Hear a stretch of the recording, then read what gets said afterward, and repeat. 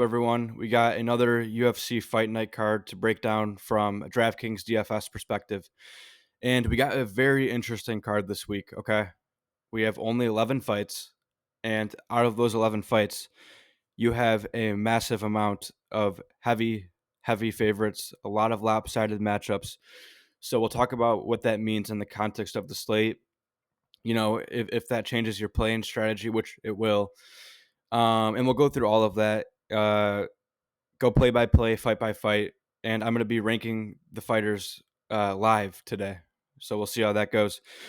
Without further ado, let's start off with the first fight. We got a Al-Selwady versus Loic, and right off the bat, we got a mid-range fight, so 8.4K and 7.8K. Uh, Usually, I'm looking for about plus 140 for Al-Selwady, and he's like plus 225, so that's not great. And then for Loic, probably like plus 225 would be good for him, and he's plus 350. Uh, but the thing about this fight is, like I said, we really we're gonna need underdogs on a card like this, and as you can see, it is very hard to find underdogs that are even winning close to often enough for our liking. So what that means on a slate like this, on only an 11 fight card, is that any win from an underdog is going to be good enough. So just because Loic is plus 150, which is not crazy, and add on the fact that his win condition for this fight will probably involve takedowns, he just becomes an elite underdog to target. Even though on paper he doesn't stick out that much, with the context of this card, you're going to need an underdog just to win. And because he's winning a decent amount, he's going to be a priority play. So I'll put him as a good play. And then as far as his opponent, bad ITD line.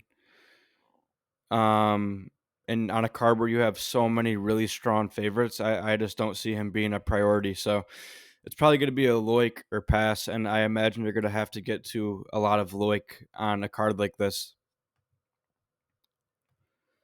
Then we got Bernardo versus Oliveira, and this fight got mispriced. So you have Bernardo at 7.8K, 7.6K, and he's pick'em. He's minus 110. Right off the bat, that's an elite play. Not to mention the fact that we're struggling to find underdogs on this card.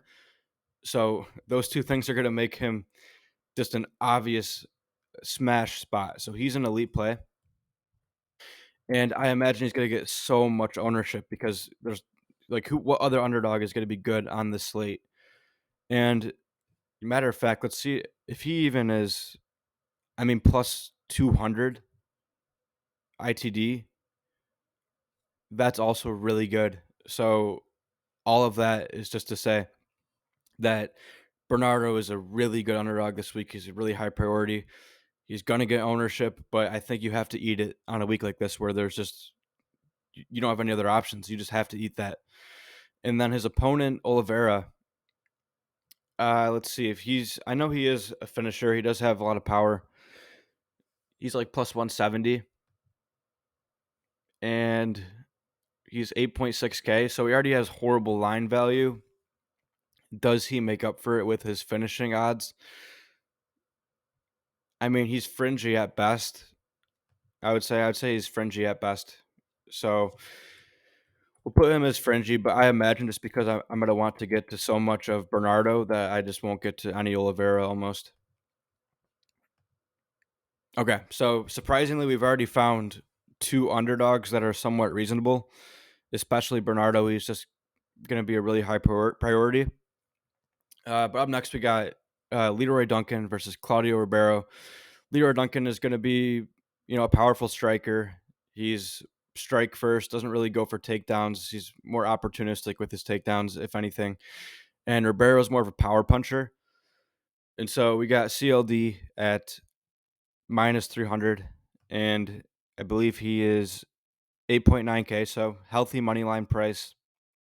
and minus 160 ITD, which is really good for 8.9K. But the thing with him is that you're really going to need his upside to come in round one because he's not exactly high volume. And I've talked about this before, but when you have these lower volume, pure strikers, pretty much, you really are relying on them to get a knockout in round one. And, if it comes in round two, you're going to need some more volume, if not more knockdowns to make that work. So I think he's a good play.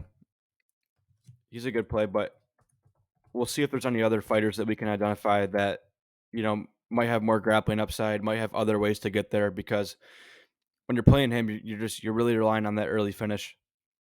And then besides that, if he goes to decision, I imagine he severely busts. So that's the danger is with these pure strikers is if they somehow go to a decision, you're not going to do well with them at all.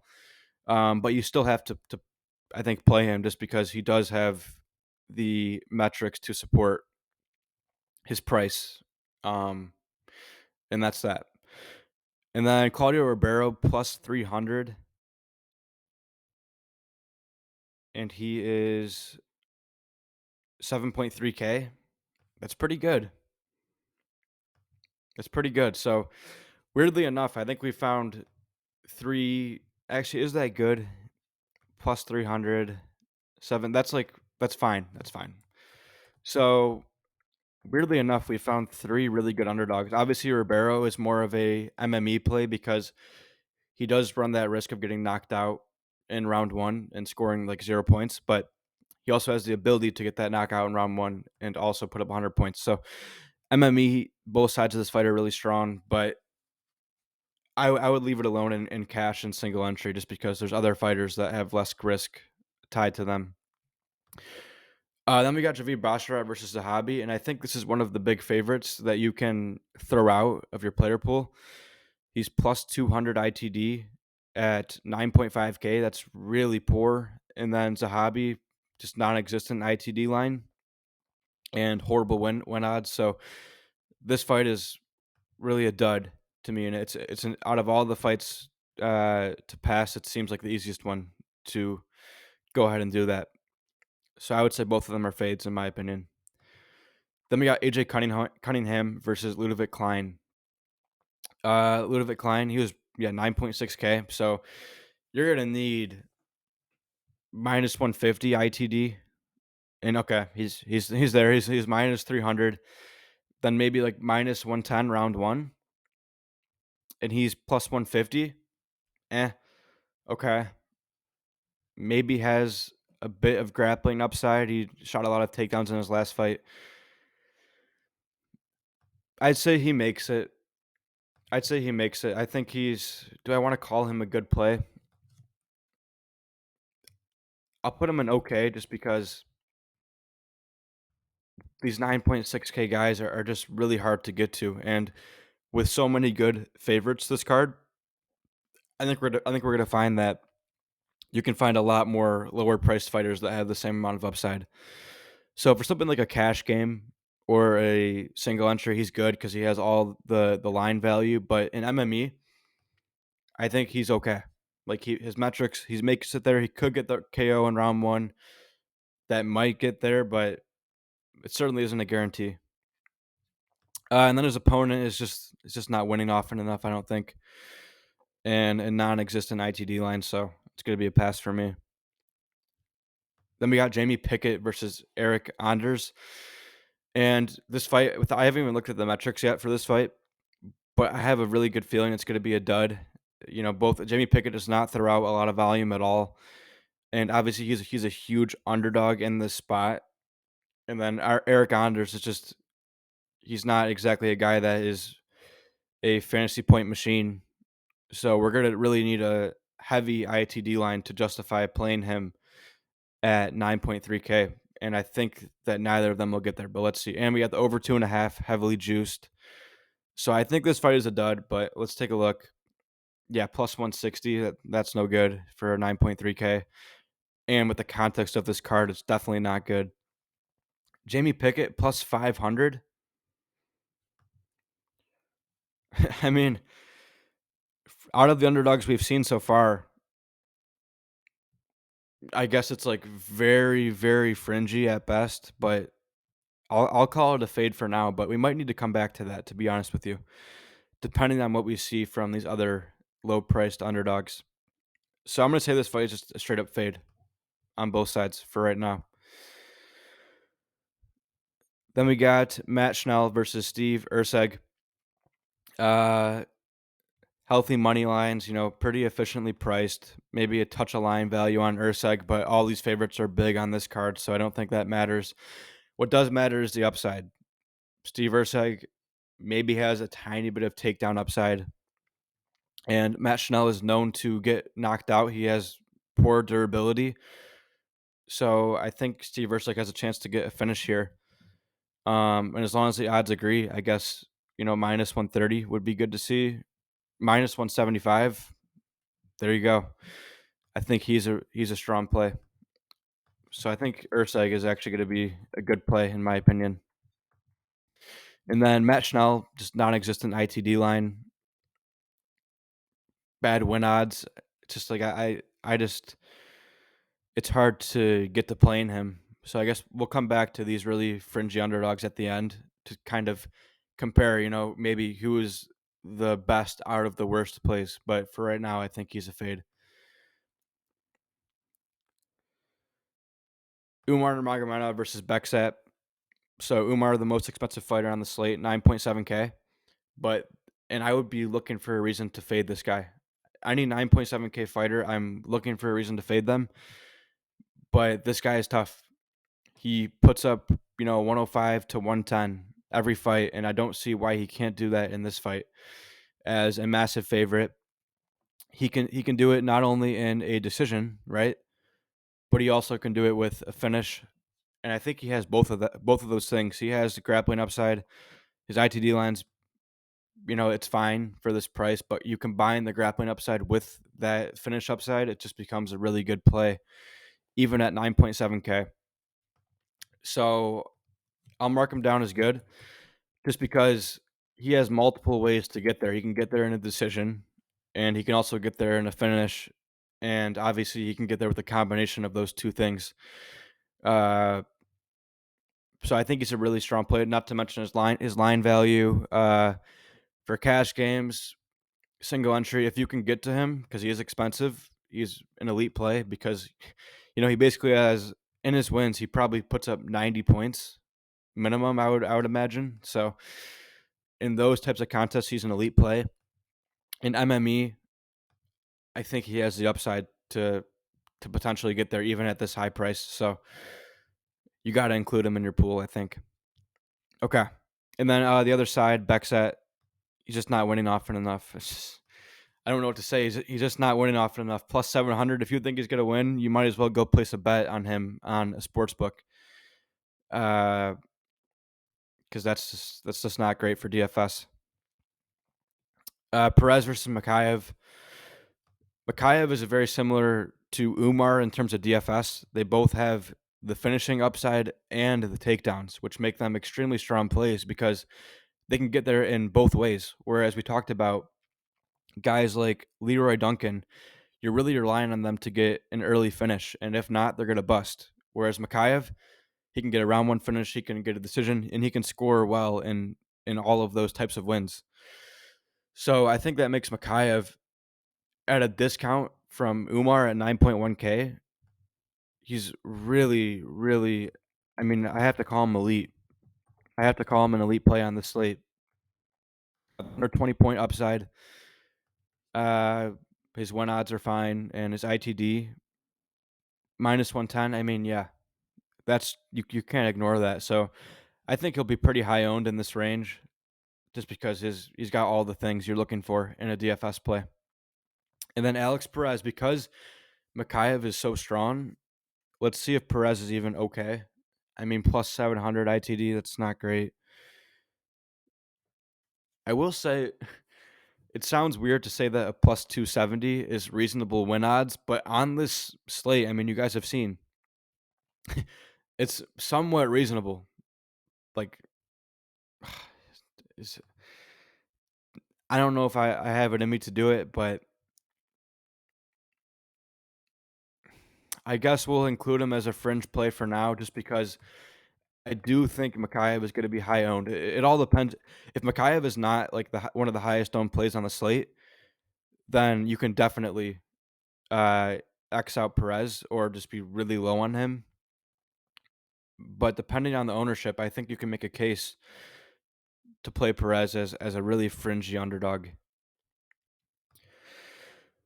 Okay, then we got Tyson Pedro versus Vitor Petrino.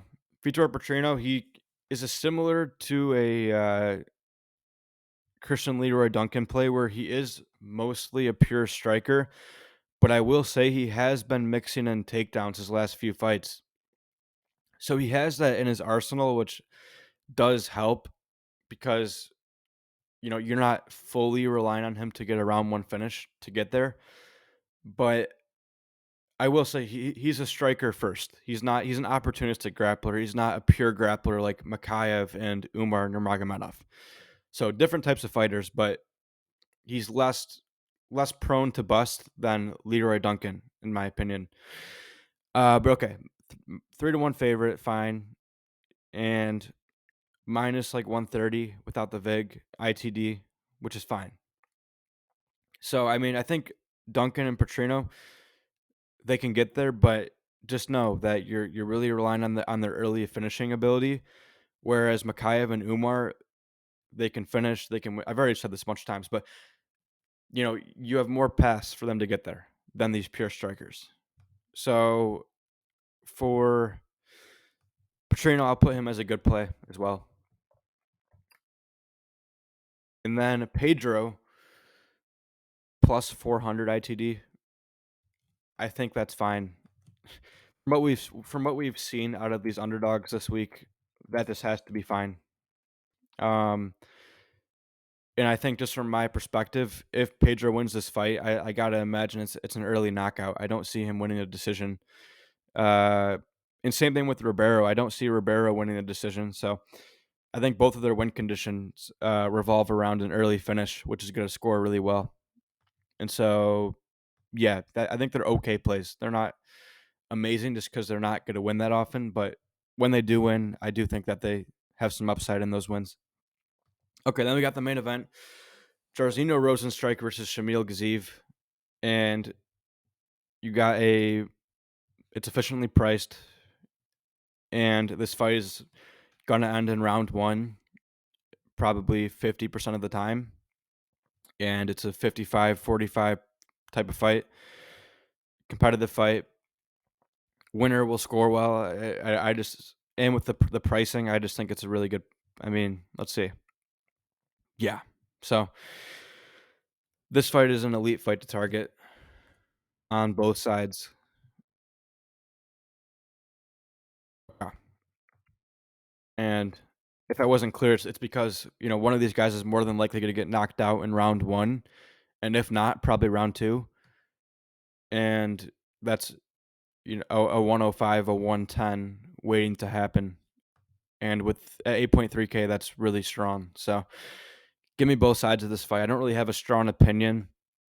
I think either guy can land a knockout on the other in the first round. I think if Gaziev gets a takedown, he can probably ground and pound Jairzinho and get him out of there because we've seen Rozenstruik have nothing to offer off his back. And then on the other side, I think if Jairzinho gets out of the first round, it favors him because we have seen Gaziev slow down. So both guys have multiple paths to win, and I think it's a pretty 50-50 fight. I don't have a strong lean, so give me both sides of that fight for sure. Okay, so let's go through it one more time. Umar, I think, is a good play, right? Okay. Ludovic Klein is, I guess, fine because he is more of a pure striker, and Umar does have the takedown upside, but they're very comparable, minus the takedown aspect. Javid is a fade. Eric Honors is a fade. Erceg is a good play. Mokaev is an elite play. Petrino is a good play, right? Yep. Duncan is a good play. Oliveira is probably a pass just because it's going to be hard to get to him because of how much Bernardo you're going to want to play this week. Al-Selwady, I think, is a fade. Yeah. Gaziev is an elite play. Rozenstruik is an elite play as well. Uh, Boyk, is he a good play looking back with the context of the slate that we have? I think he's fine. I don't think he's good. I think I labeled him as good because of I didn't think there would be almost any good underdogs to target, but we actually did find some good underdogs to target, so I'll put him as a fine play. Bernardo, obviously, elite play just because of that line value on a card like this. Ribeiro is fine. Pedro is fine. Perez, what did I put? Fringe. That's pending ownership. Because if Mokaev is really high owned, I think you can move Perez to fine. But for right now, he's really fringy. Schnell is probably a fade for me. All these guys are fades. So now I want to bring up one more aspect to the slate that I think might be overlooked. So we have a lot of heavy favorites, right? And I think I normally wouldn't recommend this. I would maybe recommend using a fight stack in one lineup per week, something like that. But on a week like this, I think you can actually target some fight stacks because if almost no underdogs win, you're going to need an underdog with a high floor and a loss in order to get there. So, who would fit that bill? We're looking for an underdog who's going to make it to a decision and, hopefully put up a good amount of points along the way. So, definitely not this fight. Definitely not Pedro, I wouldn't think. Perez, I guess, is okay. He's getting finished, 50% of the time? So, I mean, that's kind of risky, but if he does make it to the cards, he could put up a good floor, landing strikes from bottom if he's getting taken down. Backset, I don't think is that good because I do think Umar will find a finish. Schnell, once again, if he's just getting finished, minus 175 he's to get finished, so that's probably no good.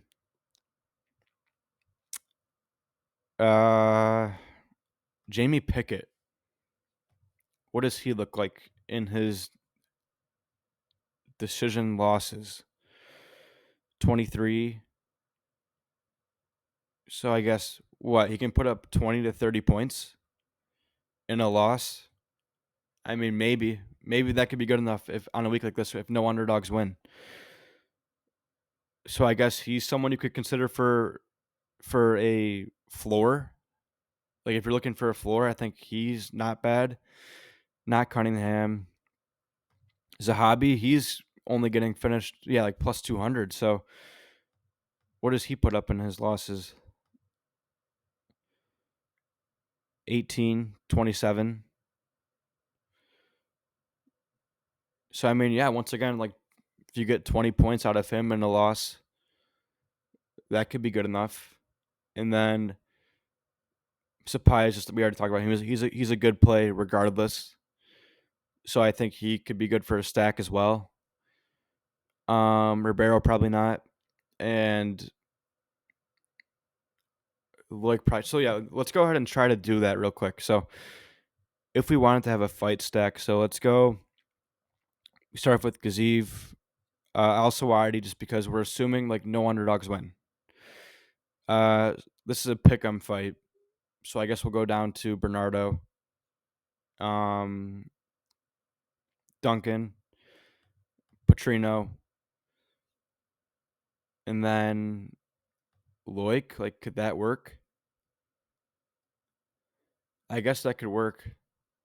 I don't know.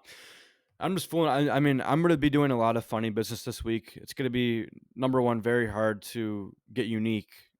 And number two, just very hard to find the exact underdogs that win because that's what you're going to need. So a very funky week. I'm going to be doing a lot of weird things to try to make this work. Whether that be fight stacks or it's going to be a nightmare, but I'll do it. It'll be fun to do and see if we can figure out the slate. But I hope this did help a little bit with, just who are the good plays and giving you some ideas of how to play this week. If you have any questions, please do leave a comment or email me. I'll leave my email in the description. But that'll do it. Best of luck to everyone on this very strange card. And I will see you guys in the next one.